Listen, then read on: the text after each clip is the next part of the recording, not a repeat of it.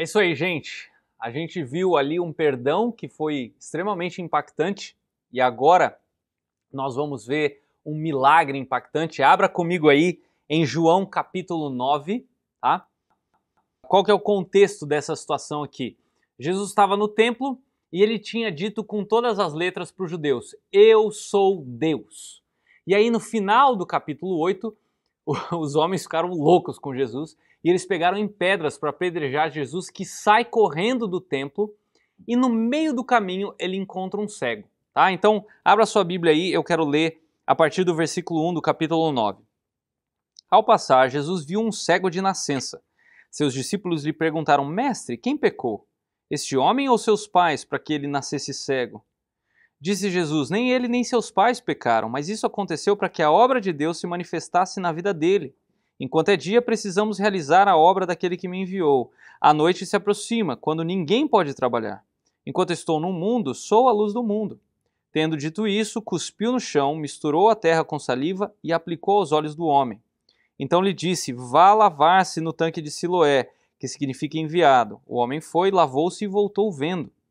Seus vizinhos, os que anteriormente o tinham visto mendigando, perguntaram: Não é este o homem que costumava ficar sentado mendigando? Alguns afirmaram que era ele, outros diziam: Não, apenas se parece com ele. Mas ele próprio insistia: Sou eu mesmo. Então, como foram abertos os seus olhos? Interrogaram eles.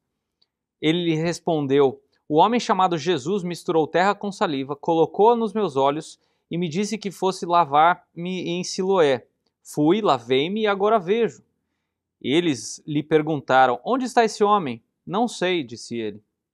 Levaram aos fariseus o homem que fora cego. Era sábado, o dia que Jesus havia misturado terra com saliva e aberto os olhos daquele homem. Então os fariseus também lhe perguntaram como ele recuperava a vista. O homem respondeu: Ele colocou uma mistura de terra e saliva nos meus olhos, eu me lavei e agora vejo. Alguns dos fariseus disseram: Esse homem não é de Deus, pois não guarda o sábado. Mas outros perguntaram: Como pode um pecador fazer tais sinais milagrosos? E houve divisão entre eles. Tornaram, pois, a perguntar ao cego: Que diz você a respeito dele? Foram os seus olhos que ele abriu? O homem respondeu: Ele é um profeta. Os judeus não acreditaram que ele fora cego e havia sido curado, enquanto não mandaram buscar os seus pais. Então perguntaram: É este o seu filho, o qual vocês dizem que nasceu cego? Como ele pode ver agora? Responderam os pais: Sabemos que ele é nosso filho que nasceu cego, mas não sabemos como ele pode ver agora ou quem lhe abriu os olhos. Perguntem a ele. Idade ele tem, falará por si mesmo. Seus pais disseram isso porque tinham medo dos judeus, pois estes haviam decidido que, se alguém confessasse que Jesus era o Cristo, seria expulso da sinagoga. Foi por isso que seus pais disseram: Idade ele tem, pergunte a ele. Pela segunda vez chamaram o homem que fora cego e lhe disseram: Para a glória de Deus, diga a verdade, sabemos que esse homem é pecador. Ele respondeu: Não sei se ele é pecador ou não. Uma coisa sei: eu era cego e agora eu vejo. Então lhe perguntaram: O que fez ele? Como lhe abriu os olhos? Ele respondeu: Eu já lhes disse, e vocês não me deram ouvidos. Por que vocês querem ouvir outra vez? Acaso vocês também querem ser discípulos dele? Então o insultaram e disseram: Discípulo dele é você. Nós somos discípulos de Moisés. Sabemos que Deus falou a Moisés, mas quanto a esse, nem sabemos de onde vem. O homem respondeu: Ora, isso é extraordinário. Vocês não sabem de onde vem, contudo ele me abriu os olhos. Sabemos que Deus não ouve a pecadores, mas Deus ouve o homem a quem teme e pratica a sua vontade. Ninguém jamais ouviu que os olhos de um cego de nascença tivessem sido abertos. Se esse homem não fosse de Deus, não poderia fazer alguma coisa. Diante disso, eles responderam: Você nasceu cheio de pecado, como tem a ousadia de nos ensinar? E o expulsaram. Jesus ouviu que haviam expulsado e, ao encontrá-lo, disse: Você crê no Filho do Homem? Perguntou o homem: Quem é ele, Senhor, para que eu nele creia? Disse Jesus: Você já o tem visto. é aquele que está falando com você. Então o homem disse: Senhor, eu creio, e o adorou. Que história! Jesus fez um milagre com saliva e lama, não tentem isso em casa porque não vai funcionar. E ele fala para o rapaz se lavar lá no tanque de Siloé. Ele vai e volta vendo. Alguns vão confundir se era ele ou não, mas ele fala: gente, sou eu mesmo. E aí, quando ele confessou, as pessoas perguntaram quem tinha feito isso. E a primeira reação dele é: um homem chamado Jesus. Essa foi a primeira ideia que esse rapaz teve a respeito de Jesus. Aí, alguns que gostam de um barraco levam esse cego aí, que tinha acabado de começar a ver, o cara não pôde nem curtir, né, a visão, e esse homem foi levado aí para bater um papinho com os fariseus por causa desse milagre. Aí o ex-cego, ele contou de novo o que tinha acontecido, e aí rola uma discussão, porque alguns bem mesquinhos falavam o quê? Ele não é de Deus, porque curou no sábado. Só porque era sábado, gente. Para você ter uma ideia, cuspir na pedra não era considerado trabalho, mas cuspir no barro e formar lama, de acordo com a tradição deles, era trabalho. Já para outros começou a cair a ficha, né? Como é que um pecador pode fazer esse tipo de milagre, eles falaram. E aí eles perguntaram de novo para o cego: o que você pode nos falar desse homem, já que ele te abriu os olhos? E a resposta do cego foi, perceba a progressão aqui, ele é um profeta. Então, de um homem chamado Jesus, ele passa a ser um profeta. Mesmo depois de tudo isso, os fariseus ainda não acreditam, chamam os pais dele, eles confirmam que é o filho deles, mas eles estavam com medo de ser expulsos da sinagoga pelos fariseus, e aí o filho era maior de idade, então ele podia responder por si próprio. E aí os fariseus disseram: cara, para a glória de Deus, fala a verdade, a gente sabe que esse homem aí é pecador, admite. E o que eu gosto é que o cego, ele não tá nem aí com eles. Ele fala assim: olha, se ele é pecador ou não, eu não sei. Eu só sei que eu era cego e agora eu tô vendo. Para mim, foi... ele acabou com os fariseus ali, tá? Só que os caras eram incansáveis, eles eram muito chatos. Eles perguntam de novo para ele. E é interessante que ao perguntar de novo, a fé desse rapaz ia crescendo. Quanto mais ele estava refletindo sobre o que aconteceu, mais ele falava bem de Jesus. E num determinado momento ele fala para os fariseus, né? A gente sabe que Deus não atende a pecadores. Ele atende àquele a quem pratica a vontade do próprio Deus. E outra, ninguém nunca ouviu falar que alguém tenha curado um cego de nascença. Ou seja, se ele não fosse um homem de Deus, ele não poderia ter feito nada disso. Ou seja, os fariseus tomaram um tapa na cara e aí eles apelaram expulsando o cego, provavelmente ali do templo, né? E aí Jesus, sabendo obviamente que o rapaz tinha sido expulso, ele foi lá e perguntou para ele: você crê no Filho de Deus?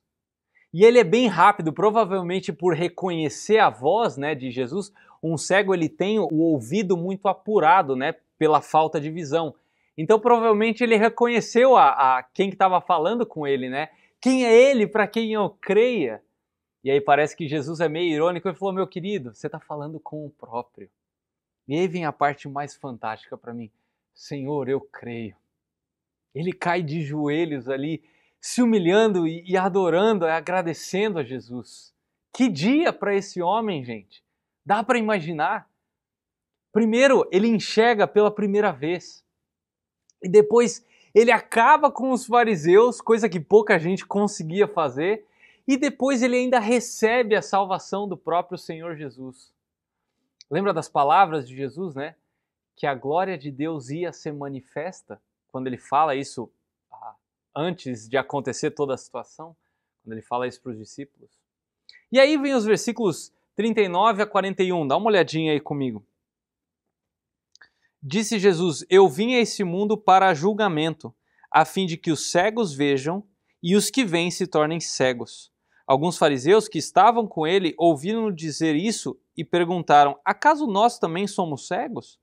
Disse Jesus: se vocês fossem cegos, não seriam culpados de pecado, mas agora que dizem que podem ver, a culpa de vocês permanece. Jesus, de maneira clara, né, ele manifesta aí a sua divindade. Mas um motivo para a oposição desses muitos judeus. E esse capítulo, ele fala da verdadeira identidade de Jesus, que era um dos objetivos principais de João no seu evangelho. Esse episódio, ele também mostra que, à medida que a luz dessa revelação se torna clara, as trevas também vão ficando claras para esses homens que rejeitam Jesus. Porque algumas pessoas, como diz João 3,19, preferem mais as trevas do que a luz. E é legal reparar também que esse milagre é um sinal que Jesus pode abrir os olhos dos cegos espiritualmente para que eles possam receber uma visão completa, ou seja, a fé perfeita. Foi Jesus que concedeu a visão para esse homem. A fé em Jesus significa passar das trevas para a luz, trazer pecadores da escuridão para a fé que ilumina, né? É o propósito principal para o qual Jesus foi enviado para esse mundo. E em seguida Jesus vai fazer o seu último discurso na festa, né? O do bom pastor que dá a vida pelas ovelhas. Veja comigo aí, acompanhe comigo João capítulo 10, dos versículos 1 a 8. Olha só. Eu lhes asseguro que aquele que não entra no aprisco das ovelhas pela porta, mas sobe por outro lugar, é ladrão e assaltante. Aquele que entra pela porta é o pastor das ovelhas. O porteiro abre-lhe a porta e as ovelhas ouvem a sua voz. Ele chama as suas ovelhas pelo nome e as leva para fora. Depois de conduzir para fora todas as suas ovelhas, vai adiante delas. E estas o seguem, porque conhecem a sua voz. Mas nunca seguirão o estranho, na verdade, fugirão dele, porque não reconhecem a voz de estranhos. Jesus usou essa comparação, mas eles não estavam compreendendo o que Jesus estava falando. Então Jesus afirmou de novo: digo-lhes a verdade, eu sou a porta das ovelhas. Todos os que vierem antes de mim eram ladrões e assaltantes, mas as ovelhas não os ouviram. Eu sou a porta. Quem entra por mim será salvo. Entrará e sairá e encontrará pastagem. O ladrão vem apenas para roubar, matar e destruir. Eu vim para que tenham vida e a tenham plenamente. Eu sou o bom pastor dá a sua vida pelas ovelhas. O assalariado não é o pastor a quem as ovelhas pertencem. Assim, quando vê que o lobo vem, abandona as ovelhas e foge. Então o lobo ataca o rebanho e a dispersa. Ele foge porque é assalariado e não se importa com as ovelhas. Eu sou o bom pastor, conheço as minhas ovelhas e elas me conhecem, assim como o Pai me conhece e eu conheço o Pai, e dou a minha vida pelas ovelhas. Tenho outras ovelhas que não são desse aprisco. É necessário que eu as conduza também. Elas ouvirão a minha voz e haverá um só rebanho e um só pastor. Por isso é que meu Pai me ama, porque eu dou a minha vida para retomá-la. Ninguém a tira de mim, mas eu a dou por minha espontânea vontade. Tenho autoridade para dá-la e retomá-la. Essa ordem recebi de meu Pai.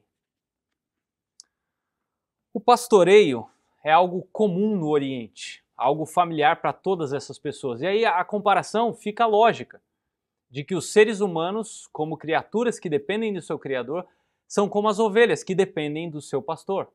O Supremo Pastor, ele conhece as suas ovelhas pelo nome, e aí ele vai na frente delas para indicar o caminho da melhor pastagem, né? Uma referência aqui à Igreja Universal, à Igreja Invisível, composta por todos os cristãos de todos os lugares e todas as épocas.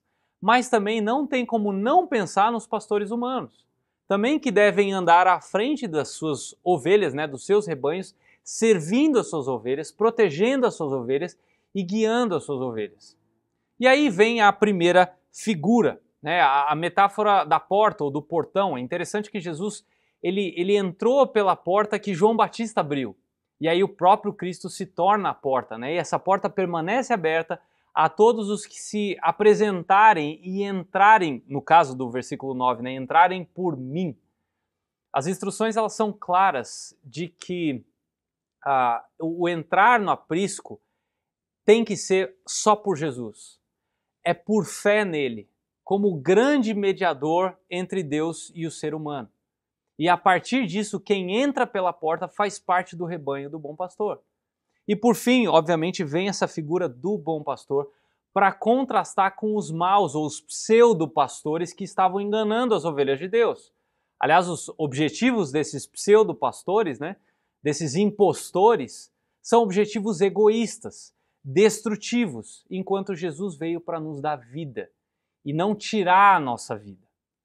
Sobre esse ponto, eu gosto do que D.A. Carson comenta. Ele fala o seguinte, que o mundo ainda busca os seus salvadores humanísticos, né? Os seus salvadores políticos, os seus Hitlers, os seus Stalins, os seus Mao Tse-tungs. Mas é apenas tarde que o mundo descobre que eles confiscam descaradamente propriedades pessoais, eles vêm apenas para roubar, atropelando impiedosamente a vida humana, eles vêm apenas para matar, e de maneira selvagem eles acabam com aquilo que é realmente valioso, vêm apenas para destruir.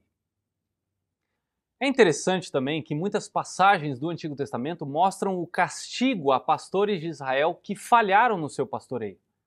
Abre comigo aí em Isaías capítulo 56. Eu quero ler dos versículos 9 a 12. Isaías 56, 9 a 12.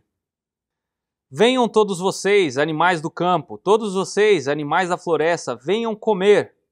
As sentinelas de Israel estão cegas e não têm conhecimento. Todas elas são como cães mudos, incapazes de latir. Deitam-se e sonham, só querem dormir. São cães devoradores, insaciáveis, são pastores sem entendimento. Todos seguem seu próprio caminho, cada um procura vantagem própria. Abra comigo também em Jeremias, capítulo 23. Eu quero ler dos versículos 1 a 4. Jeremias 23, dos versículos 1 a 4. Olha só. Ai dos pastores que destroem e dispersam as ovelhas do meu pasto, diz o Senhor. Portanto, assim diz o Senhor Deus de Israel aos pastores que tomam conta do meu povo. Foram vocês que dispersaram e expulsaram o meu rebanho e não cuidaram dele. Mas eu vou castigar vocês pelos seus maus procedimentos, declara o Senhor.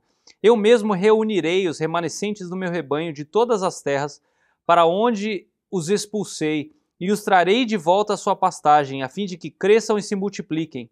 Estabelecerei sobre eles pastores que cuidarão deles, e eles não mais terão medo ou pavor, e nenhum deles faltará, declara o Senhor. Tem muitas outras passagens que vão atestar a mesma coisa. Mas a questão é que essa metáfora do pastor era boa para mostrar tanto o cuidado com o rebanho, a direção, a proteção do pastor, mas também o alto sacrifício voluntário pelas ovelhas, que é o que a gente vê de volta nesse texto de João aqui, no versículo, se eu não estou enganado, o versículo 11. Eu sou bom pastor, o bom pastor dá a sua vida pelas ovelhas, tá?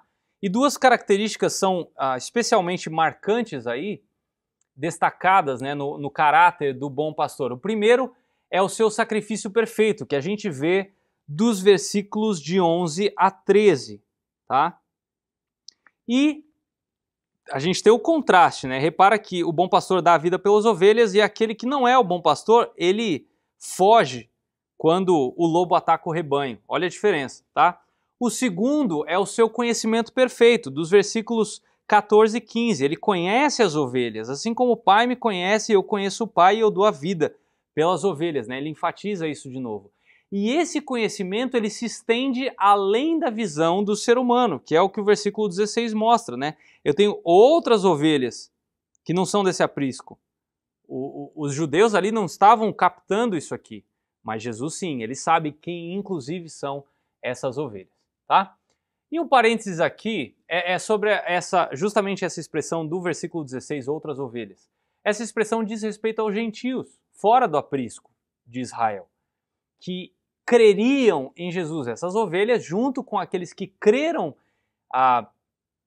que faziam parte de Israel, eles formam esse grande rebanho, tá? Hoje a igreja ela é composta de judeus que creem em Cristo e gentios que creem em Cristo, cujo pastor é o cabeça, que é o próprio Cristo. E a partir de agora, a gente está nos últimos 6 meses da vida do nosso Senhor Jesus e a coisa vai começar a funilar, ok? Nos vemos na próxima aula.